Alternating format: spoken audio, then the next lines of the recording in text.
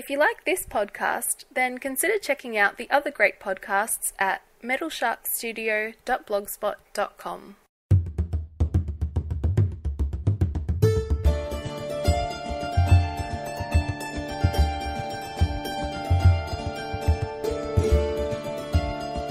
Welcome, you fellow Skyrim addicts, to the second episode of our scholarly podcast, the Skyrim Addict Academy.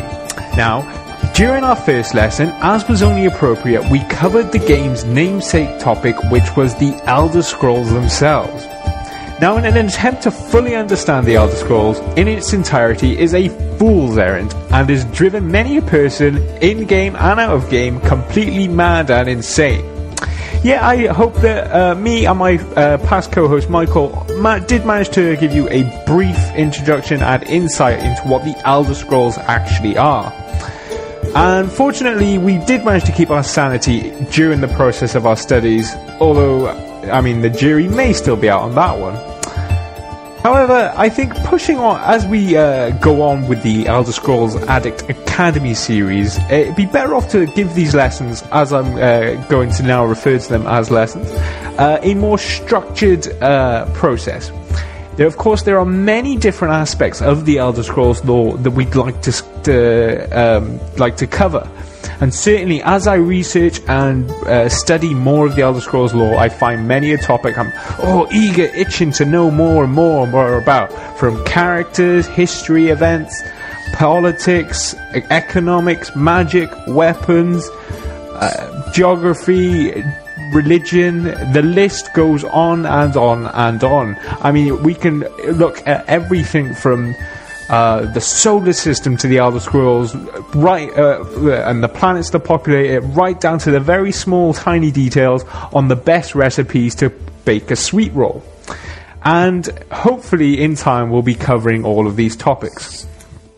So, as I mentioned, there is certainly a detailed list of topics, or classes, I'll be calling them, to which we can approach the Elder Scrolls lore, such as geography, history, politics, economics.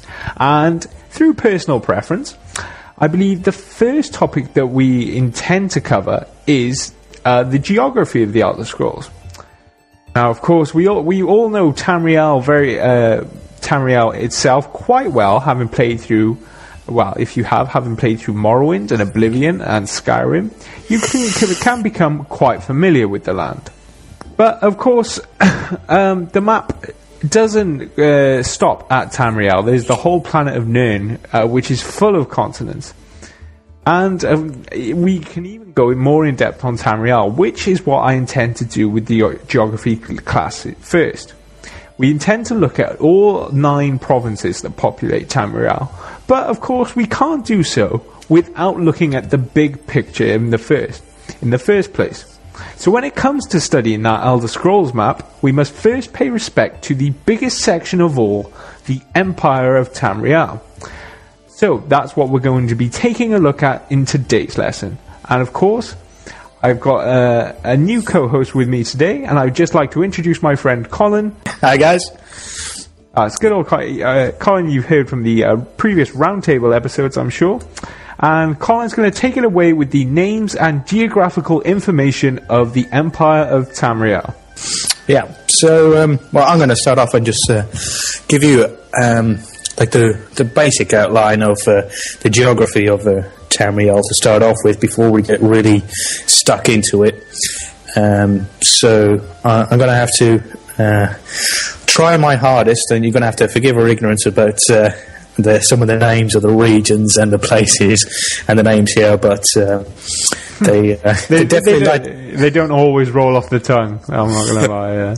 Yeah, they definitely like to give you a challenge. Let's say, at least in game, you can pause it for 20 minutes when you're trying to pronounce something. But here in a podcast, we don't have that luxury. So, let's see. Tamriel is one of several continents that can be found on the planet of Nirn. Some of the other continents being Atmora and Yukuda Akavir, and then one that I personally haven't heard of before is Pyandonia. I probably butchered that in about a million different ways. It could even be a silent P. We never know. Yeah.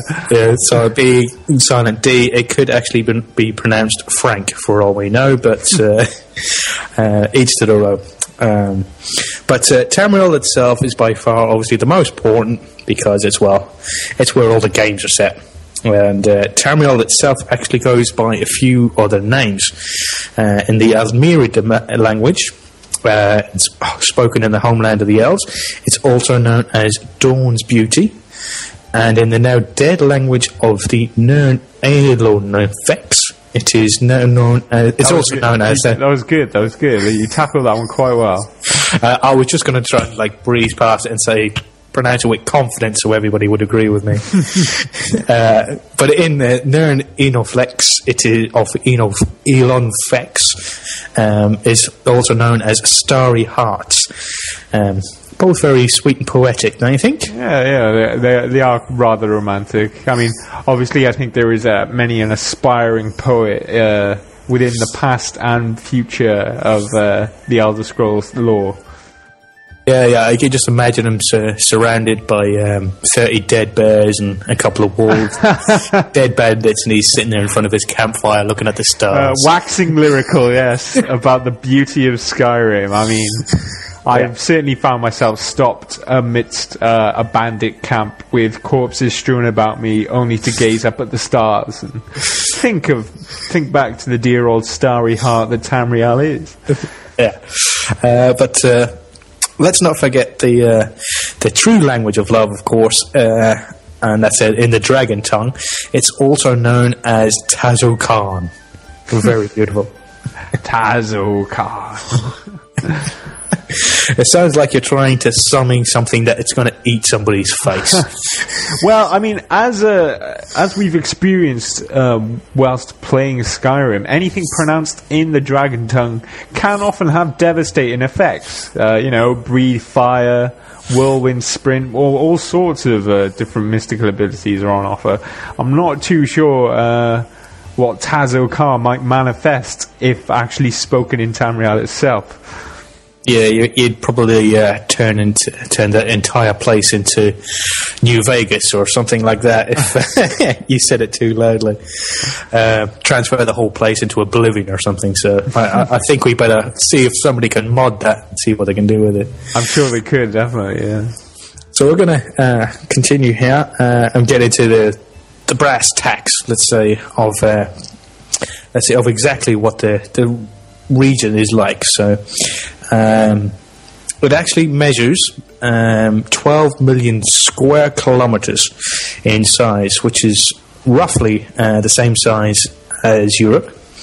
And it is only separated into 9 different regions, these being Skyrim, Hammerfell, Blackmarsh, Valenwood, Morrowind, High Rock, Elsewhere, the Somerset Isles, and of course, who can forget Cyrodiil, the old home of Mankar Cameron, the rather twisted leader of the Mythic Dawn, who does mention actually the possibility of Tamriel being an extension of Oblivion during his ramblings and preaching to his fellow Mythic Dawn members. But I don't think there's too many people out there who'd agree with him. Nobody else seems to share his views. I can sympathise with the views. Like, there certainly is enough, I suppose, weirdness. I mean, obviously, when discussing mystical and fantasy realms, it can be hard to discern between what is normal and what isn't normal. But I think once you do become familiar with living in Tamriel itself, it's easy to discern what isn't quite right. And I think there's enough weird stuff going on in Tamriel that you could easily see a connection to Oblivion and these other realms. It does seem a bit easy, doesn't it? It's like you could just, fall out of bed the wrong side, or you could... and in through an Oblivion gate, yeah. It's easier probably to go into find a realm of Oblivion in Tamriel than it is for you to travel 30 miles in the real world, so I don't know. Maybe he was onto something. You know, some people say they're crazy, doesn't mean that they're wrong. Although I am, to be honest, I am rather glad that we managed to dispatch him from the realm of, well, Cyrodiil in particular, in this case, through a plane of Oblivion. He's not a man that you want sticking around, particularly when he's trying to summon Mehrunes Dagon back to Tamriel. Yeah, Mehrunes Dagon is definitely the ones that you probably want to avoid when you're just wandering around with a steel sword and a bit of leather armor. I think the one interesting thing that you mentioned there was the actual scale of Tamriel. I mean, 12 million square kilometers, roughly the same size of Europe. And when you think about how many different countries are crammed into Europe, the size and scale of those 9 different provinces is really conveyed extremely well through the various games that we've played set within Tamriel. I mean, when you are travelling across, you know, plodding along either on horseback, through car, or even on foot, you really do feel like you're walking every square inch of those 12 million square miles. I mean, sometimes it just takes forever just to get from one town to the other town. But I do feel that in the game they do reward you for your travels, or for slowly slogging from one place to the other. I mean, if you fast travel within game, you get there and it's like 4 hours later, where if you walk there it'd be 2 hours later. And then, not to mention all the little Easter eggs you find on the way as well. And it really does add to the size and the scale of the game, of how far away things are and how long it takes you to get there. It really does add to the enjoyment and the immersion of the game, I think. And I think, yeah, I mean, certainly, obviously, when you actually reach a point, you can, even if you've just traversed half of the map, you can still look at the horizon and see an endless world yet to explore, which is always a lovely prospect to sink your teeth into, that's for sure. Yeah. So, well, I think that pretty much does cover the geographical information and the names, obviously, of the old Starry Heart, or Dawn's Beauty, as Tamriel is known. So why don't we discuss the history of the realm of Tamriel? Because it seems that the recorded history of Tamriel itself can be separated into 4 separate eras, although technically there is a 5th era known as the Merethic era, which precedes these 4 different eras. So why don't we take a look at what happened in each of these eras? Okay, so starting, of course, with the Merethic era. During the Merethic era, the population of Tamriel simply exploded as other civilizations explored and ventured into new lands and settled down into the various regions of Tamriel. Races such as the Atramans and the Alma arrived from other regions on Nirn and took up home in Skyrim and the Somerset Isles, and they eventually filtered out into the rest of Tamriel, populating the regions that we know now, such as Cyrodiil, Hammerfell, and High Rock. Now, although there are no actual human records of this taking place, the Almeri at least kept some records of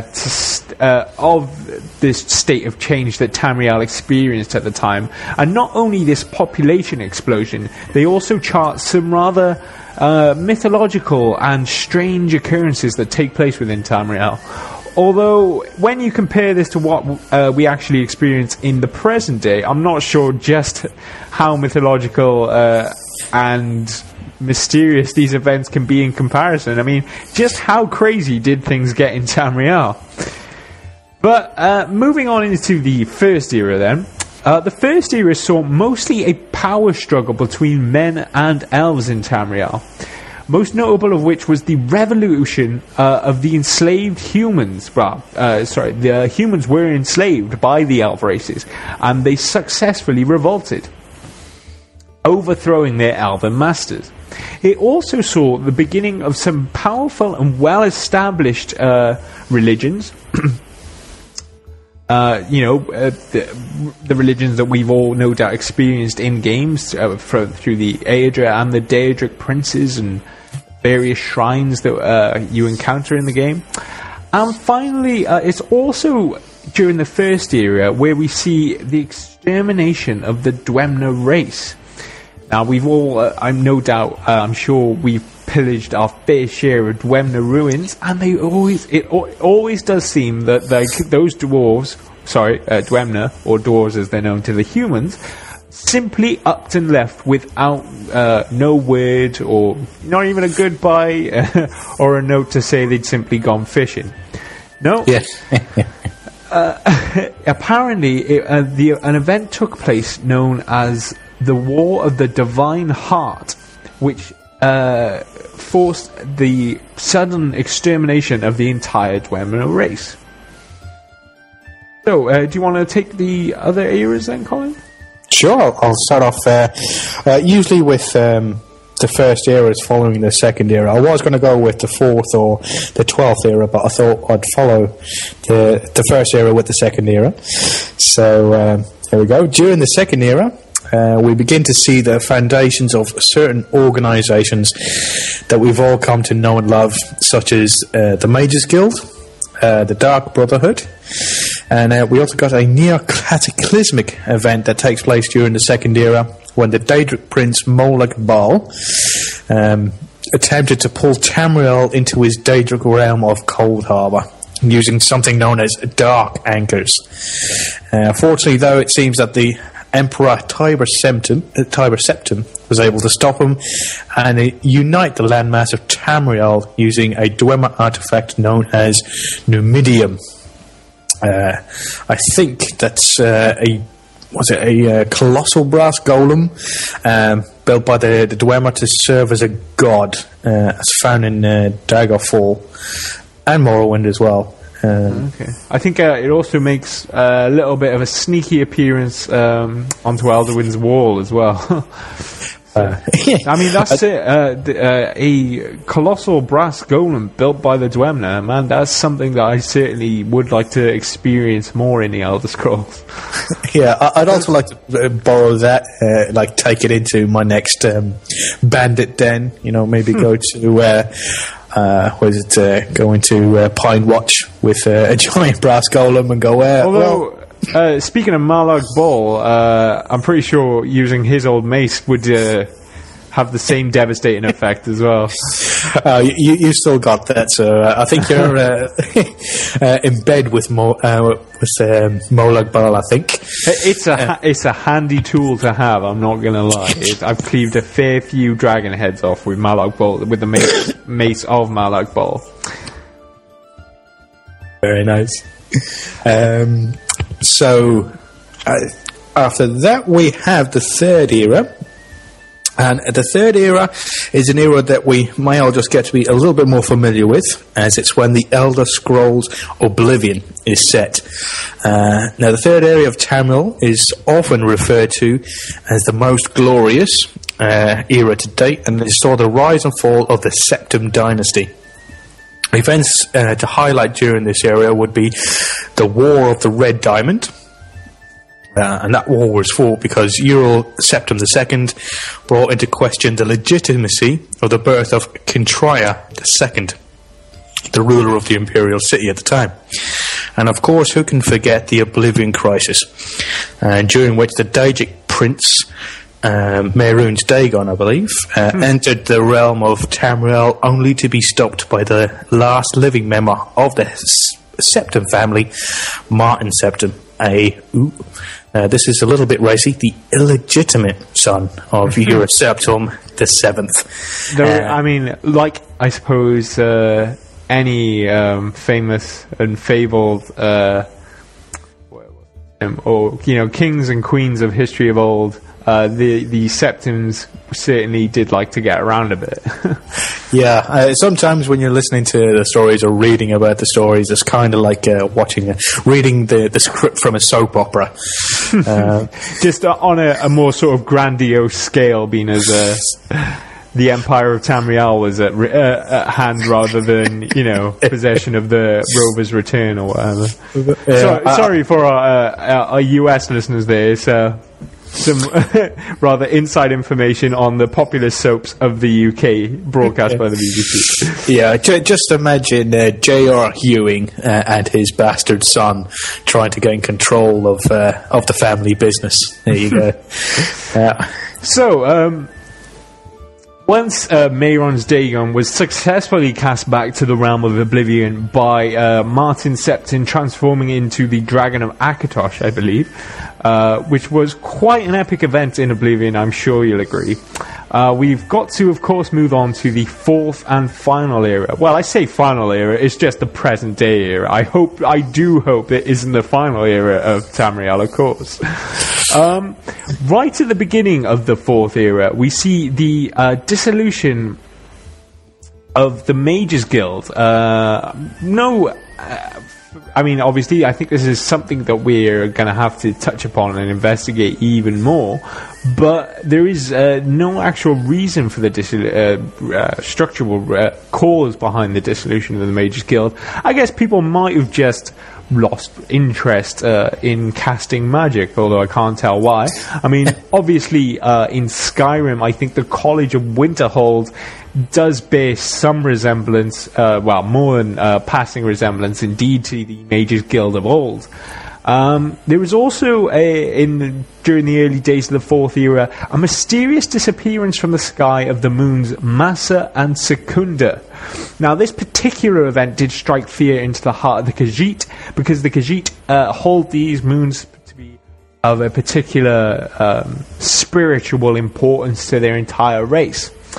Fortunately, though, when these moons then mysteriously reappeared, the Thalma, those tricksy old trusty Thalma, were quick to accredit themselves with the cause of the returning of the moons.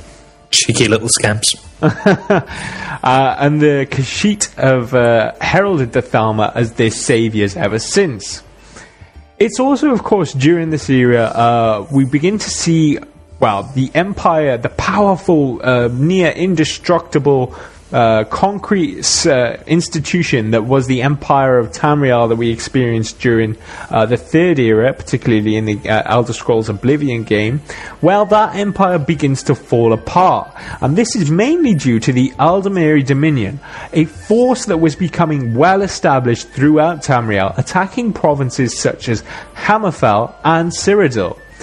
Eventually, the Dominion, under the command of Lord Narfin, sacked the Imperial City and looted the White Gold Tower, and almost brought about the entire Imperial Empire itself.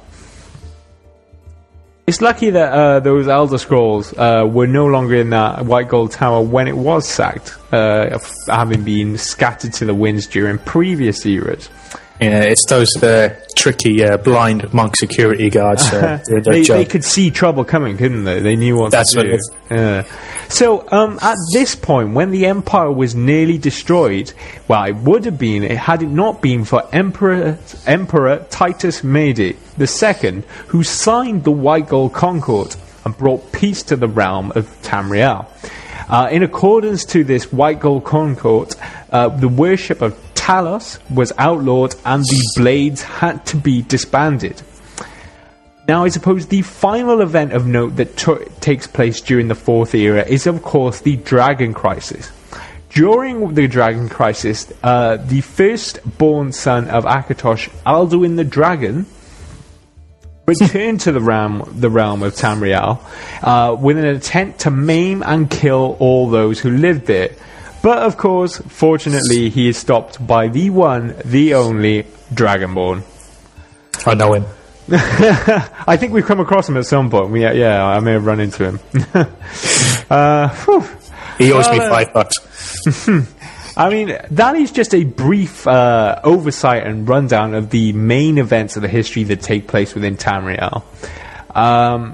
Of course, and it's easy to split these events into the Fourth Eras, but of course, each era itself has had a massive effect upon the realm of Tamriel, and certainly playing the game in the present day, it's easy to see how events that took place during the early days, such as the extinction of the Dwemer race, are now playing out in the current game day.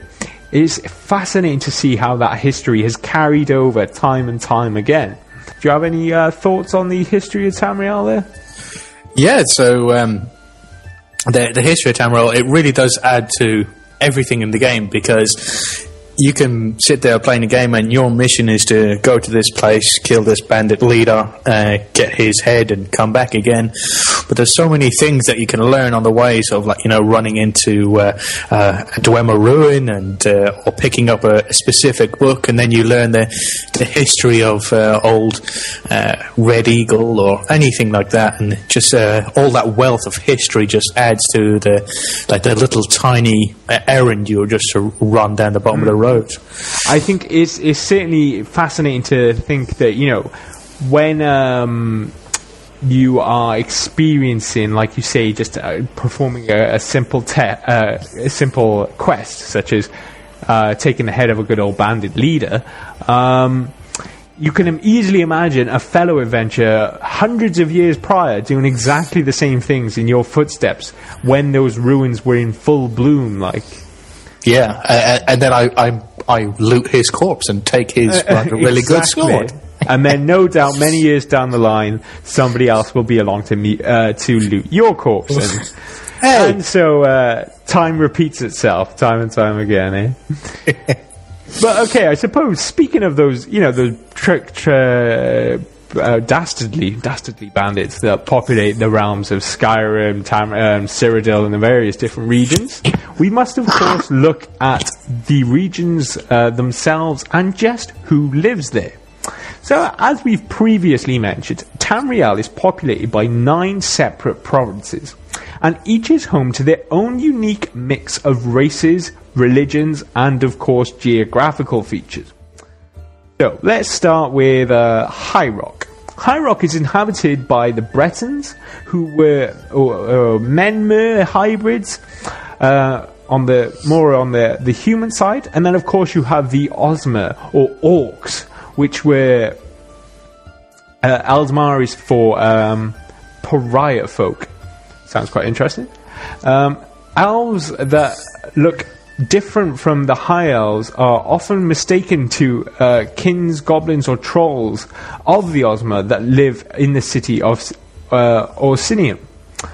And then, so next, moving on to Hammerfell. Hammerfell is home to the Red Cards, who originally come from Yakunda. They're enterprising, expansive expansionists travelling from the west. Though they are quite similar to men, they do not share the same blood as the Imperials and other human races that populate Tamriel. Because, I'm sure you'll agree, Colin, there has always been something quite different about those Red Guard races when compared to the normal Imperials. Yeah, they have like a completely individual history from because I think you can probably trace all the other human races back to arriving from Atmora, but the Red Guards are singularly different of where this is one race of humans that just comes from Yakunda. So yeah, I think they're completely separate from everybody else. So there's a very interesting backstory to be delved into with the Red Guard, certainly. So, Hammerfell was once housed a significant Dwemer population, obviously before they were extinct. It later became an Orcish territory until the landing of the Yakundan the Yakundan being the Red Guard, in their Regatta or Warrior Wave.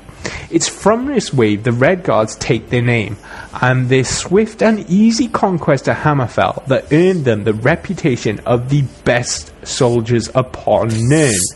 Ooh, I've got to take issue with that. I'm sure many a race would have some quarrels to be had with that one, and many a time I'm sure swords have clashed over that argument, or rather maybe giant orcish battle axes have clashed with Nordic great hammers on some poor Red Guard's skull. The way it should be. So, moving on to Skyrim. So Skyrim is inhabited natively by the Nords, and before the beginning of the First Era was populated by Snow Elves. Now, as we may or may not know, the Snow Elves eventually became the Falmer due to some rather aggressive tactics used by the Atramans. That's very diplomatic. And the Nords are the only remaining direct and unchanged descendants of the original human Atman settlers from across the frozen Sea of Ghosts during the Fourth Era. Now, of course, these Atramans were the cause of the poor old Snow Elves becoming the Falmer races that we all know and love in Skyrim. So, of course, Skyrim being one of the areas that we've touched upon in-game, another one being Morrowind. So Morrowind is inhabited by the Dumna race, or you might know them more as the Dark Elves. Dark Elves, or Dumna meaning the accursed folk in the tongue of the Eldamiris. Because the Dumna were turned into Dark Elves due to Azura's curse after the events of the Battle of Red Mountain. Now, Azura's curse caused the Dumna's skin to turn black and horrid, and their eyes to gain that rather untrusting and unnerving red tint. Of course, this region also once housed a large Dwemer population, and yet again, all that remains of the poor Dwemer race is their ruins. Yeah, the poor Dwemer. Those poor guys. Nothing but extinction surrounding these folk. So, do you want to tackle the other regions? Yeah, sure. We're now getting into the homes of mainly the beast folk. So we're getting into Black Marsh, which is mainly inhabited by the Argonians, lizard people, but I think there's a big argument on whether they actually are lizards on the internet, but they're commonly looked down upon because they're beast folk. For this reason, the Argonians are formerly they were formerly a popular slave race. So and who wouldn't like somebody running around picking up their skivvies for them. Elsewhere is inhabited by the Khajiit, cat folk, also commonly looked down upon as savages and thieves. The Khajiit were also common slaves to the Telvanni, which I think is a great house for the Dunmer, for their Dark Elves. The Khajiit are a strong people who are good at sword combat and also the best thieves and assassins in Tamriel due to their balance and quiet paws. I think padfoot, I think, is a common term, but I think that comes from Harry Potter, I think. And I think certainly the term cat's paw often referred to as, you know, those with light fingers who like to steal in at the dead of night and pinch all your granny silverware. I think the term cat's paw is something that certainly is applied to the Khajiit. No doubt. I'm pretty sure. You may agree or you may not, but most Khajiit that I've encountered in the game have always had that shifty sort of sense about them. I've never encountered a Khajiit that I'd give it trust with anything, really. I don't know. I wouldn't have them round for the house sitting, I know that's for sure. Yeah, no, I definitely wouldn't give them the key to my footlocker if I met any of those on the caravan site. And even when you do talk to the ones on the caravans, halfway through the conversation you find out they've been banned from half the towns in Cyrodiil, and that's why they've come to Skyrim, because they're not welcome in Cyrodiil anymore. There's actually an interesting mod that you can download for Skyrim on the PC. There's a quest called Moon's Path to Elsewhere, which takes you to the Khajiit realm of Elsewhere, you know, for just a brief sort of hiatus from the realm of Skyrim. So it's interesting to be able to dip in and out to these different borders and see the folk in their native homes.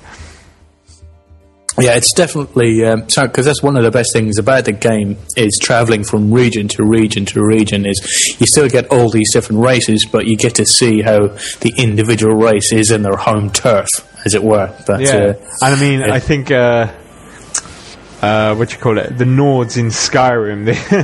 as you'd expect with an Nord, they do like a good. Well, they like a good fight, I suppose. They like to stir up trouble, and everything does seem to be upfront and in your face, shall we say. Whereas I think when you get to Elsewhere, I think it's going to be a little bit smaller, so everything would be behind your back, I'd say. I think that would. If you ever got to Elsewhere, everything would be behind your back. It wouldn't be a Nord trying to chop your head off straight away. They'd go, no, that's fine. I don't mind. And then 2 days later, you find you've lost all your clothes or something. Well, there's a dagger in your chest. You never know. So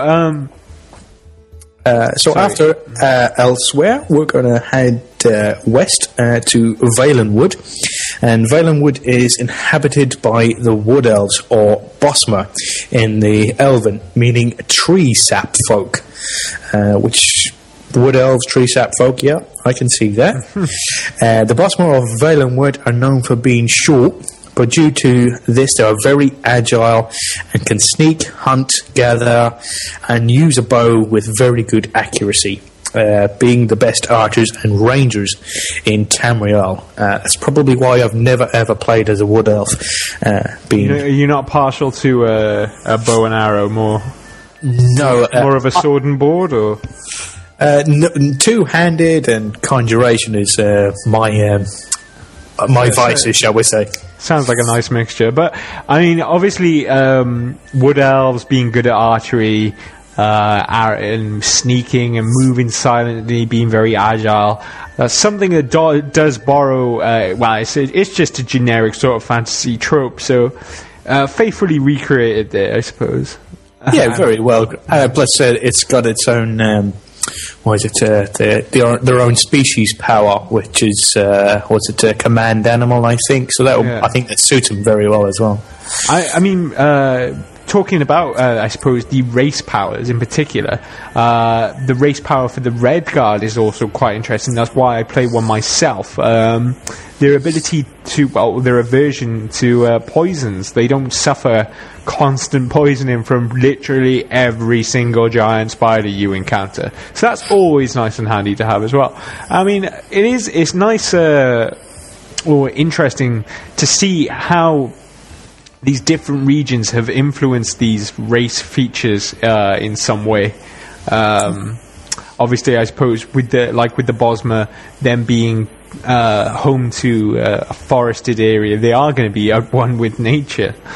Yeah, so they wouldn't need to be resistant to poisons, because either they're going to use the archery and kill the animal before it gets close, or they're going to use command animal so it doesn't attack them, whereas the Red Guards are up close and, as you said, fighters, so they're going to get close up to the animal where they end up going to get poisoned a lot because they're face-to-face with it most of the time. And now that we're getting into the elves, that brings us to probably everybody's favourite, the Somerset Isles. I think it's hard to convey sarcasm over the airwaves, but just imagine some air quotes being put in there when he says favourites. Yeah, everybody loves our next race who inhabit the Somerset Isles, which is the Altmer, or the High Elves as they're commonly known. The Altmer are very powerful with magic, and they are considered to be the best mages within Tamriel. They have a breathtaking culture and often refer to themselves as superior for a variety of reasons. Not just one, but a variety. I quite like that. I do always get the sense that whenever I encounter a high elf in the game, of course they're looking down upon you. Me, a lonely Red Guard. Well, I think that's... they also add to that with their height, which I do believe I've read somewhere that they actually breed themselves to be that tall. I think they genetically select couples to breed who are tall with each other, and the shorter ones, the ones who are vertically challenged, so let me say, are sort of like confirmed bachelors. The last region to tackle or populates Tamriel that fortunately isn't home to any high elves of particular note is of course Cyrodiil. And Cyrodiil is the imperial province that is inhabited by Imperials, or as they're known locally as Cyrodiils. which is the common human term for the Imperials. The Imperials form the Empire, well, the population of the Empire. Although obviously, I suppose the Imperials make up much of the majority, the history and the ancestry of the ruling Septim dynasty of the Empire. Although the Septim dynasty itself can at least relate some of its heraldry back to some Nordic bloodlines, and there's even some Dunmeri ancestry popping up in the Septim lineage. So once again, we're encountering those rather precocious septims getting about once again. Yeah, so that sort of like travelling around, sort of like sampling the local cuisine, shall we say. I suppose when you are king and queen of the realm, you have the right to do so. So that is the 9 regions of Tamriel and the races that populate them. I think it's probably worth just going back and quickly running down who lives where and where that is. So you've got Hammerfell, which is home to High Rock, which is home to the Bretons and the Orcs. Hammerfell, which is home to the Red Guards. Skyrim, where you get the Nords. Morrowind, you've got the Dumna or Dark Elves. Blackmarsh, there was lovable old Argonians and their scaly skin. Elsewhere, we will find the Khajiit, Valenwood, which is inhabited by Wood Elves, then Altmer and the High Elves, and of course, finally, Cyrodiil and the Imperial races. So, when, no doubt, I'm sure, many of these people are quite pious and religious, and everybody likes to, even though there is much of Tamriel to be explored, everybody likes to look up to the skies and see a little bit more. So Colin, why don't you just give us an introduction to the religions that can be found in Tamriel? Yeah, I mean, with all those people having such sucky lives to start off with, they have to believe in something to make sense of it all. So, but no doubt, as you've encountered in game, there is a vast array of deities and gods, or rather divines, as they're referred to in game, to be found in Tamriel. In fact, there is a lovely little book called Varieties of Faith in the Empire that lists them all. Unfortunately, we don't have the hours, no days, to give the details on them all. I wish we did. I'm sure it'd be a fun time. It would. Yeah, I think that's going to be a separate podcast on its own with about 50 episodes to be able to get into that. Certainly, yeah. I can't wait. So let's just say there certainly isn't a shortage of shrines to pray at when you suddenly contract vampirism. But it seems that all these gods, deities and divines can be split into 2 groups, them being the Aedra and the Daedra. We all know, I think we've all recognised that last one there. We have all encountered our fair few Daedra in game, either to the benefit or not. I mean, summoning a Daedra can be handy at times, but certainly those Daedra quests can be rather topsy-turvy, twisty-twiny, absolutely madness and insane. Yeah, sometimes you can't turn around without stubbing your toe on a Daedra sometimes, and then other times you're searching for high and low for one to try and get yourself a nice little, I don't know, advantage, a nice shield or a new sword to play with. Or even a Daedric heart, which can form the base ingredients of some vital potion. Yeah. There's many uses for Daedra, to be sure. So now let's start off with the Aedra. And the Aedra is an Aldmer term for ancestor. And follows the belief that the Altmer are direct descendants of the immortal ancestors. The Aedra are often referred to as the creators. There are 8 Aedra, and they are believed to have created the mortal world along with Tiber Septim. They make up the 9 divines. Which is, I think they started off, I think it was Alessia when she started off the Empire. I think they're all elves, aren't they? the Aedra. With the exception of Tiber Septim, yeah. Yes. Of course, the yin to the Aedra's yang, I suppose, is the Daedra, as we've mentioned. The Daedra consists of 16 different Daedric princes, some of note that we've previously mentioned being Molag Bal and Mehrunes Dagon. And of course there is an endless horde of lesser Daedra, often referred to as demons by the human races of Tamriel. So, I mean, obviously, as we mentioned, there is a vast endless variety of shrines, religions, deities, gods to be worshipped within Tamriel. But I think those two categories touch upon what everything does tend to come under. You know, there's good, bad, evil, heaven, hell, whatnot. Indifferent, yeah. So, I don't understand the Julianos one, but I like it when getting ready to go out and do my shopping. But, or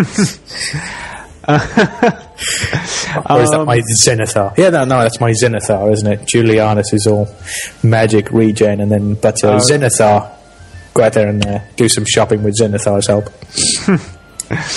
So, finally, I think the last little bit I'd like to touch upon on Tamriel before we close out the show is that fair few races that just don't quite have a region to call their own. Obviously, we've listed the various provinces and who live there for races such as the Khajiit, Bretons, Imperials, Redguards, Nords, High Elves, Wood Elves, and of course not forgetting the Orcs. But there are some that we've previously mentioned quite extensively who used to occupy places in Tamriel but just no longer have a place to call their own. The Snow Elves, who suffered genocide at the hands of the Dwemer races, eventually descended into the Felmer wretches that we all know and love and filled out those caves, hovels, hideaways up in the outer reaches of Skyrim and the high mountains there. And then you've also got the Dwemer people themselves, who are often referred to as dwarves by the races of men. They are now mysteriously extinct from the world. The whole race literally disappeared during the Battle of the First Council and the Battle of the Red Mountain, where they were erased from existence by the Chima race. Now, do you reckon I'm saying that right? The Chima? Yeah, I would go with Chima. Alright, we'll stick with Chima for now. It's got a nice ring to it. The Chima are a cult of high elves who were cursed by the Daedric prince Azura. The curse turned their skin dark and their eyes red, and they eventually became the Dwemer race, or rather the Dark Elves. Now, of course, the original rulers of the province of Cyrodiil were the Ayleids, and I'm sure we've all enjoyed plenty of time plundering those Ayleid ruins when we played through Oblivion. Now, the Ayleids were a mysterious race, and all that seems to be left behind were their Welkid stones. These Welkid stones are similar to soul gems in that the fact that they can be used to craft and power magical items and spells. There's even some rumours of great Welkid stones existing, which are similar to Azura's star in the fact that they are soul gems and Welkid stones that can be used literally unlimited. Finally, of course, who can forget those great big lumbering brutes, the lovable giants? Oh. Yep. These gargantuan humanoids can often be found in Skyrim and High Rock. They enjoy herding mammoths, making cheese, just wandering, strolling about, getting a good roasted skeever cooking on that fire. They sound lovely, don't they? Yeah, a nice bit of skeever fondue sounds really nice, but for some reason they don't seem to appreciate when I come to join in. They're not always keen on sharing, are they? No, I should have paid special attention to that massive club that they seem to rather want to swing in my direction. Well, I suppose there is an awful lot more to be found about Tamriel over at the official Elder Scrolls wiki pages and the unofficial Elder Scrolls wiki pages. But I think hopefully we've managed to give you a brief insight into what Tamriel actually is. got the geographical information, 12 million square kilometers, the 9 different provinces of the Somerset Isles, Blackmarsh, Skyrim, High Rock, Hammerfell, Morrowind, Elsewhere, Valenwood, and Cyrodiil. There's the variety of races, the different religions, the Aedra and the Daedra. Tamriel really is a fully developed, thriving, populated world with a deep and extensive history. Do you have any passing thoughts on Tamriel now, Colin, before we close out the show? It's sometimes, to think about it, it's a little bit too much. I think there's got more history in Tamriel than they do in Ireland. I think you could probably read the entire history of Ireland in an afternoon. But when you come to trying to read the history of Tamriel, it's an endless supply, and it's always been added to, and it looks like it has no end with the amount of stuff that looks like it could be coming our way, hopefully next year. I think comparing the history and just simply the map of Tamriel to other fantasy worlds, such as, Game of Thrones and the world of Westeros and Lord of the Rings and the Middle Earth, Tamriel itself certainly is comparable in size and scope, and there is still more to be had, as you say, games are still forthcoming. So I think the Elder Scrolls really, and the region of Tamriel really is quite impressive. Yeah, as I said, we've had 5 games.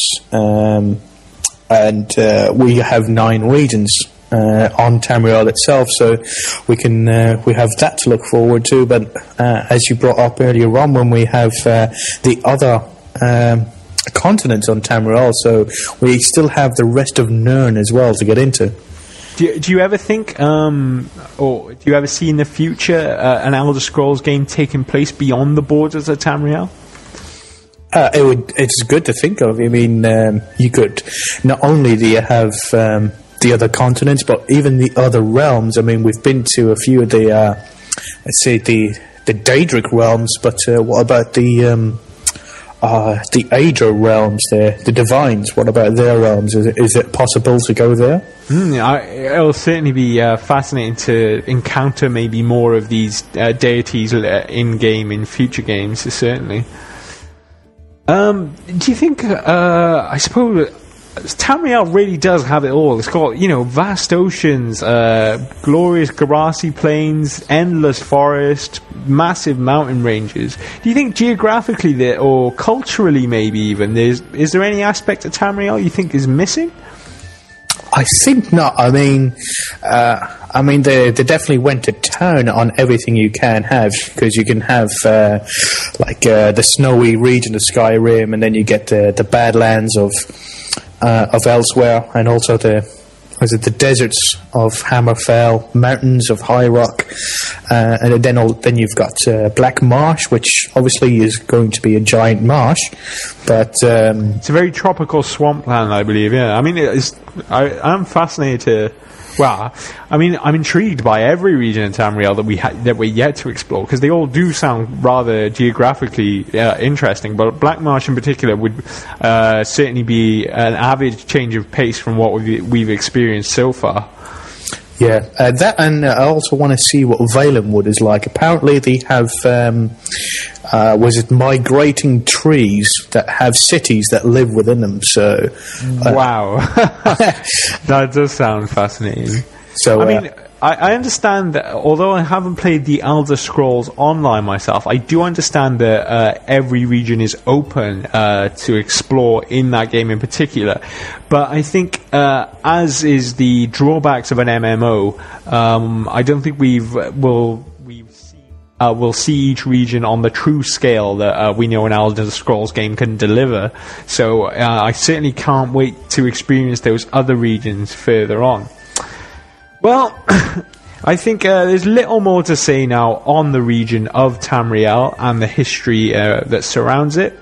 Hopefully we've educated you fellow Elder Scrolls adventurers on the region of Tamriel, and you'll be a little bit more world weary as you're exploring. I think the last thing to do now is just to thank the Elder Scrolls Wiki and the unofficial Elder Scrolls Wiki pages where we gathered all of our valuable information. I'd also like to thank you yourself, Ben, for your extensive show notes. They were an invaluable resource, sir. I thank you very much, and I would like to thank you, Colin, for joining me to discuss the region at Tamriel. Anytime, man. So I think while we're thanking everybody here, the last thing to say is, I suppose, if you have any questions or any queries, if you want to know more about the history of Tamriel, send any questions into SkyrimAddict@gmail.com with the subject line Skyrim Addict Academy. You can also join the Skyrim Addicts Facebook page and Twitter accounts and get involved with the Skyrim Addicts community. Well, I think that's it for this week's episode of Skyrim Addicts Academy. Class dismissed, and please join me next week where we'll be taking a deeper look at Tamriel as we tackle the province of Cyrodiil. But for now, guys, thank you and goodbye. Thanks, bye.